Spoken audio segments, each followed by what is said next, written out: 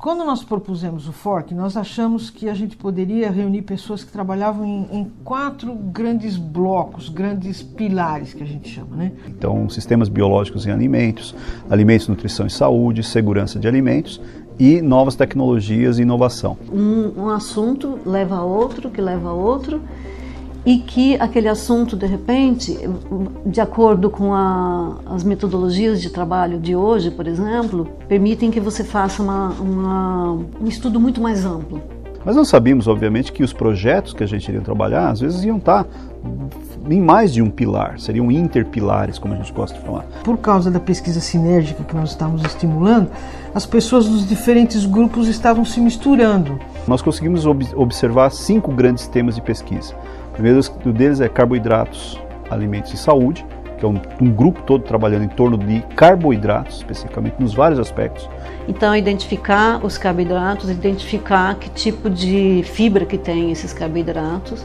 Seja carboidratos, o efeito na saúde, seja carboidratos no alimento, o papel do carboidrato no próprio alimento, na estrutura do alimento, seja o carboidrato daí como possível matéria-prima para a indústria. Aí tem um outro jovem pesquisador que está agregado ao nosso grupo, que está trabalhando com carboidratos, essas fibras, processando elas e vendo qual é a capacidade delas de prevenir alguns tipos de câncer.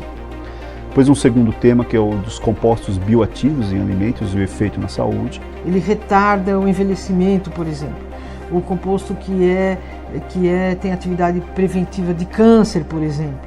Esses compostos bioativos podem ser extraídos desse alimento e usados como matéria-prima para a indústria. Só para ter um exemplo, por exemplo, corantes.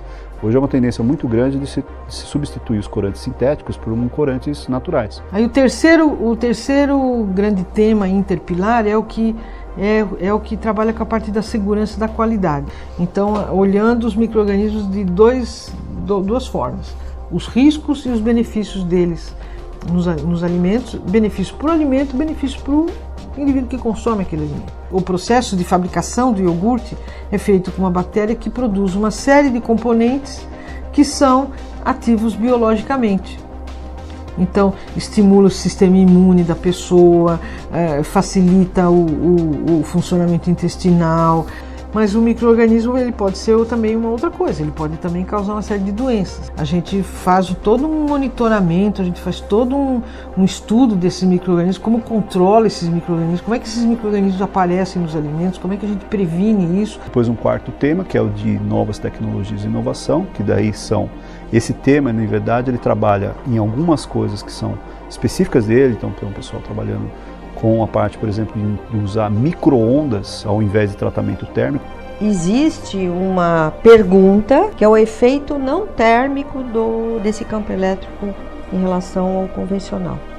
Então, mais ou menos resumindo, quando eu faço aquecimento convencional, eu só tenho aumento da temperatura como caminho para processar esse produto e mantê-lo em condições adequadas de consumo. A pergunta nossa é, quando eu faço por campo eletromagnético, que é micro-ondas, a temperatura do alimento também sobe, mas deve existir lá um outro efeito, que é um efeito que a temperatura não sobe, que a gente chama não térmico, que faz com que eu possa usar temperatura mais baixa como compensação e atingir a mesma qualidade do convencional. Com isso, ao eu baixar essa temperatura, eu preservo mais os nutrientes e preservo mais as características sensoriais. Então, com água de coco foi assim, a gente conseguiu trabalhar com temperatura mais baixa, mantendo a mesma qualidade do convencional. Suco de laranja foi assim, suco de maçã foi assim.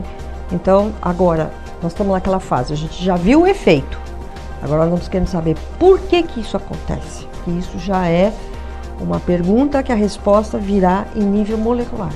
E a nossa quinta grande área interessante de pesquisa, que é a Tabela Brasileira de Composição de Alimentos. Todo o pessoal de nutrição, eles precisam de dados de composição de alimentos, seja a nutricionista que está atendendo alguém no seu consultório, seja uma nutricionista de um hospital, eles precisam conhecer qual é a composição dos alimentos, eles precisam ter esses dados à disposição.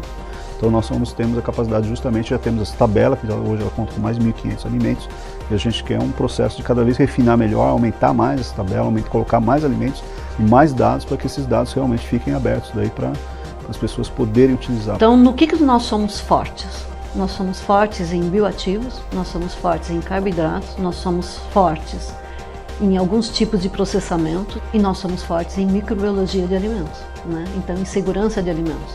A gente está conseguindo conseguir resultados, as pessoas estão trabalhando juntas, produzindo coisas que elas não produziriam se o centro não existisse, porque as pessoas estão trabalhando coletivamente.